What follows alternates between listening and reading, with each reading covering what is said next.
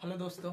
आज जो है हम लोग बिहार की नदियों के बारे में पढ़ेंगे। बिहार की नदियों में हम लोग ये समझने का प्रयास करेंगे कि बिहार में कौन कौन सी नदियाँ बहती है।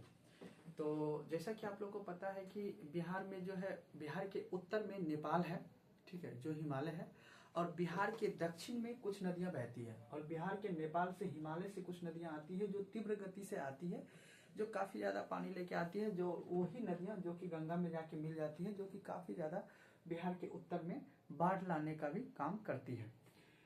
तो सबसे पहले आपको ये समझना है कि बिहार के उत्तर की कुछ नदियां हैं और बिहार के कुछ दक्षिण की नदियां हैं। तो बिहार के उत्तर से जो बहने वाली नदियां हैं उसको देख लेंगे। तो सबसे पहला जो नदी है बिहार के उत्तर में वो है आपका घाघरा नदी। तो बिहार की जो घाघरा नदी है वो आपके घाघरा नदी जो है वो नेपाल से निकलती है, यानी नेपाल के नम्पा जगह से निकलती है, और ये यूपी पार करते हुए यूपी में इसे यानी सरयू के नाम से जाना जाता है, और नेपाल में, नेपाल के पहाड़ी में इसे कारनी के नाम से जाना जाता है। याद रखना है, बिहार यानी घाघरा को पहाड़ी में कारनी के नाम से जाना जाता है, और यूपी में इसे सरयू के नाम से जाना जाता है, और बिहार में जैसे ये नदी आती है तो इसे घाघरा के नाम से जाना जाता है। और ये नदी जो है बिहार में छपरा के पास ये अपना संगम करती है, किसके साथ? गंगा के साथ। यानी जो घाघरा नदी है यूपी से बहती हुई, नेपाल से निकल के यूपी से बहती हुई ये बिहार में प्रवेश करती है, और बिहार में छपरा के पास ये जो है गंगा में जाके मिल जाती है, ठीक है। और दूसरा याद रखना है कि जो घाघरा नदी है ये यूपी और बिहार के बीच सीमा बनाती है। तो याद रखना है, यूपी और बिहार के बीच 3 नदी सीमा बनाती है। एक तो गंडक नदी भी बनाती है, दूसरा घाघरा नदी भी बनाती है, और तीसरा कर्मनाशा नदी बनाती है। और बिहार और यूपी के बीच जो है 3 नदी का सीमा लगता है। तो एक तो घाघरा नदी मैंने बता दिया, और याद रखना है घाघरा नदी जो है बिहार यानी गंगा की दूसरी सबसे सहायक नदी है। घाघरा नदी गंगा की दूसरी सबसे सहायक नदी है। पहली नदी सहायक कौन सी हो गई है इसका? वो है यमुना नदी। पहली कौन सी इसकी सहायक नदी है? यमुना नदी इसकी क्या है? सहायक नदी है। पहली सबसे लंबी जो सहायक नदी है वो यमुना नदी है।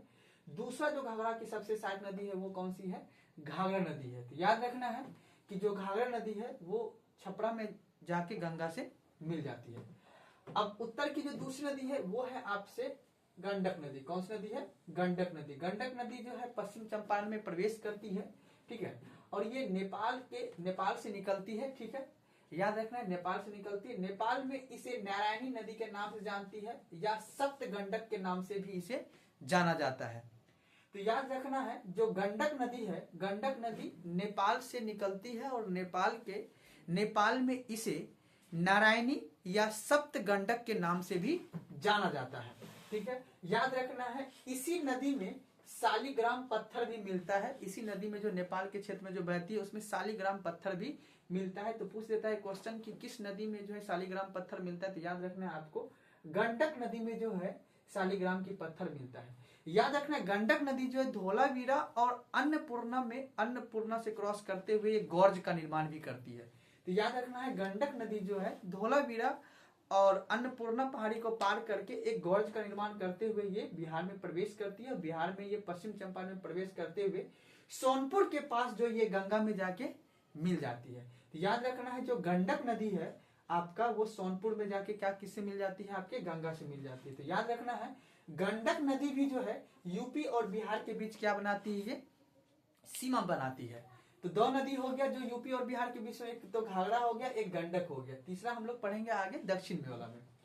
अब आते हैं दूसरा नदी है आपका बूढ़ी गंडक नदी। याद रखना है बूढ़ी गंडक नदी जो है सोमेश्वर की पहाड़ी से निकलती है, और सोमेश्वर के पहाड़ी से निकल के ये बूढ़ी गंडक जो है खगड़िया के पास जो है, बिहार में एक जिला खगड़िया पड़ता है, खगड़िया के पास जो ये गंगा नदी में जाके क्या करती है? मिल जाती है। याद रखना है सबसे तीव्र गति से पानी जो बहने वाली जो नदियां हैं वो बूढ़ी गंडक नदी में बहती है। बूढ़ी गंडक नदी में तीव्र गति से नदियां बहती है, जो कि बिहार में काफी ज्यादा में बाढ़ लाने का ये काम करती है, जो कि मुंगेर जिला में बाढ़ लाती है। ये मुंगेर और खगड़िया जिला के लगभग कुछ क्षेत्र में ये बाढ़ लाने का काम करता है। तो याद रखना सोमेश्वर की पहाड़ी से बूढ़ी गंडक निकलती है, जो कि सबसे तेज गति से ये बहती है नदियां, जो कि ये आपका खगड़िया के पास ये जो है अपना नदी गंगा में मिला देती है। अब जब बूढ़ी गंडक के बाद आती है बागमती नदी।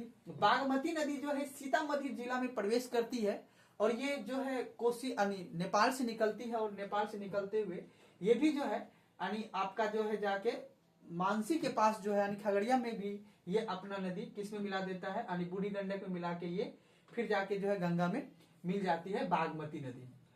दूसरा आता है कमला नदी।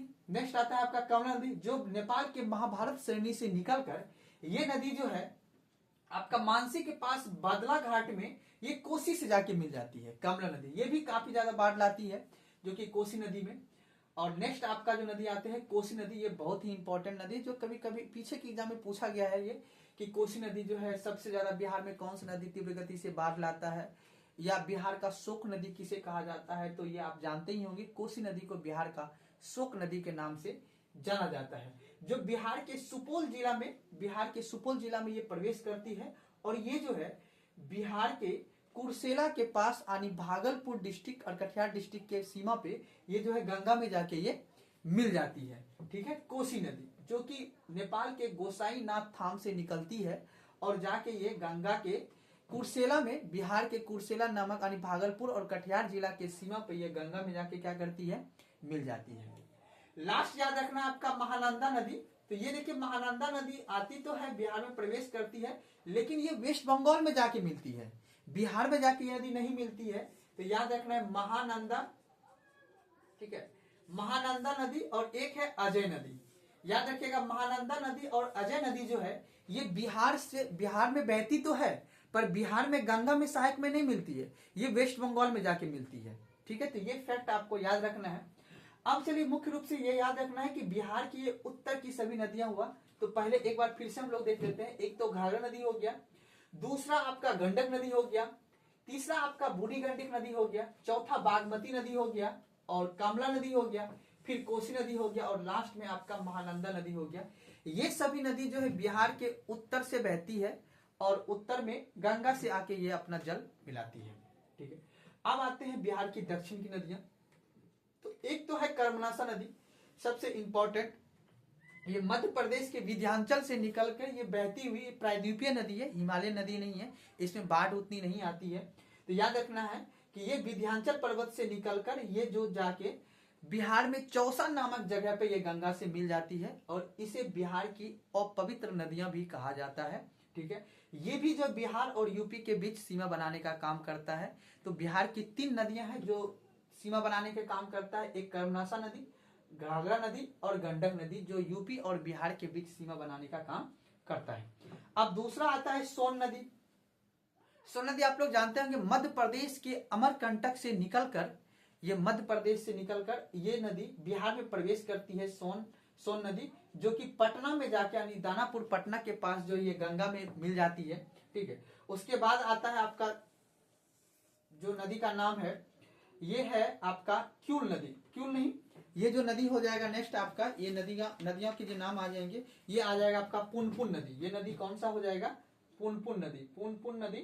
पुनपुन नदी जो है छोटा नागपुर के पलामू जिला से निकलकर ये जो है आपका गंगा में जाके मिल जाती है। ठीक है, तो याद रखना ये क्या होता है, पटना में, याद रखना है पटना फतुहा के पास जो ये किस में मिल जाती है, गंगा से जाके ये मिल जाती है। और पुनपुन नदी की सहायक नदी है फल्गु नदी।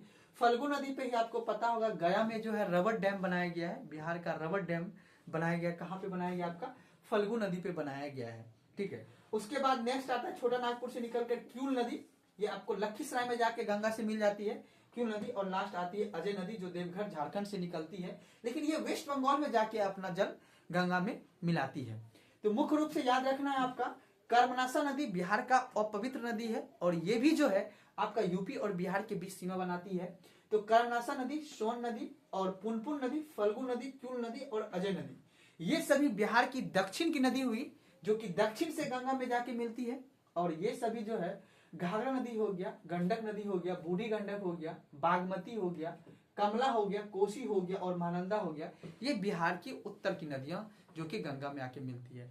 तो आपका जो क्वेश्चन है वो क्वेश्चन पूछ दिया जाता है कि बिहार के उत्तर की कौन सी नदियां हुई जो नेपाल से निकलती है और बिहार की ये दक्षिण की कौन सी नदियां हुआ। तो इस तरह से आपको ध्यान रखना है। कुछ हम लोग गंगा नदी के बारे में जान लेते हैं। आपको पता है कि गंगा नदी जो है उत्तराखंड के गंगोत्री ग्लेशियर से निकलकर उत्तराखंड और उत्तर प्रदेश से बहते हुए बिहार में प्रवेश करती है और बिहार में ये 545 किलोमीटर का प्रवेश मार्ग गमन करके ये वेस्ट बंगाल में प्रवेश करती है। फिर वेस्ट बंगाल से होते ये बांग्लादेश में प्रवेश करती है और बांग्लादेश से होते हुए ये बंगाल की खाड़ी में अपना जल गिराती है। तो आपसे क्वेश्चन पूछ दिया जाएगा कि बिहार में गंगा नदी कौन सा जिला में प्रवेश करती है, तो आपको बताना है कि बक्सर नामक जगह से ये बिहार में प्रवेश करती है और ये बाहर निकलती है कटिहार जिला से, ये बाहर निकलती है और कटिहार जिला से निकल के ये जस्ट वेस्ट बंगाल राज्य में प्रवेश कर जाती है। तो कुल ये बिहार के 12 जिला में ये प्रवेश गंगा नदी बहती है। और आपके एग्जाम में पूछा हुआ भी है पीछे के बीपीएससी के एग्जाम में कि बिहार में गंगा नदी कितने जिला से होके बहती है, तो 12 जिला से होके बहती है। और कितने किलोमीटर बहती है, तो 545 किलोमीटर ये बिहार में बहती है। कुल गंगा की लंबाई जो है ये 2525 किलोमीटर की है, जिसमें से ये जो है सबसे ज्यादा 1000 किलोमीटर जो है ये उत्तर प्रदेश में बहती है और उसके बाद जो है ये 545 किलोमीटर का सफर ये बिहार में तय करती है। तो याद रखना है जो गंगा नदी है कुल 12 जिला में बहती है। और याद रखिए सबसे मोस्ट इंपॉर्टेंट ये जानते होंगे बिहार को कौन सा नदी दो बराबर भागों में काटती है, तो वो है आपका बिहार का गंगा नदी। तो याद रखना है जीवन दाहिनी नदी भी इसे कहा जाता है बिहार का गंगा नदी को। तो याद रखना है जिस वजह से जो है बिहार में काफी ज्यादा मैदानी भाग का निर्माण जो है इसी जलोढ़ मिट्टी का निर्माण करता है। बिहार में सबसे ज्यादा क्षेत्रफल में जलोढ़ मिट्टी पाया जाता है। जो गंगा नदी में जो अवसादों से ये मिट्टी का निर्माण होता है जलोढ़ मिट्टी का, तो वो सारा मिट्टी का भी जो है और जिससे उर्वरा शक्ति काफी ज्यादा मात्रा में होता है, जिस वजह से गेहूं और मक्का की फसलें काफी ज्यादा बिहार में होती है। तो ये चीज को जानना है। और एक देखिए सबसे मोस्ट इंपॉर्टेंट चीज भी है कि आपको कि ये जो है मतलब जो बिहार से जो उत्तर से मिलने वाली नदियां हैं, ये बिहार में उत्तर में बाढ़ लाने का सबसे मुख्य कारण यही है कि ये नेपाल से निकलती है और जिसमें तीव्र गति से इसमें मार्ग रहता है, तीव्र गति से पानी रहता है, जिससे उत्तर में काफी ज्यादा बाढ़ लाने का काम ये करता है। तो याद रखना है। एक देखिए एक तो फैक्ट और है, जो कमला नदी जो है मिथिला में इसे कमला माई के नाम से भी जाना जाता है। मिथिला में इसे मिथिला जो दरभंगा और मधुबनी का क्षेत्र है, सुपौल का जो क्षेत्र है, यहाँ पे इसे कमला माई के नाम से भी जाना जाता है। तो इस तरह से आपको याद रख लेना है कि बिहार में जो है गंगा नदी पे कभी कभी ये भी पूछ दिया जाता है कि गंगा नदी पे लगभग 7 पुल है। यहाँ पे गंगा नदियों पे बिहार में 7 पुल है, ठीक है। और उसके बाद जो है एनएच की संख्या जो है 5 है, ठीक है। तो मुख्य रूप से आपको ये जान लेना है कि जो है गंगा नदी 12 जिला से होके बहती है।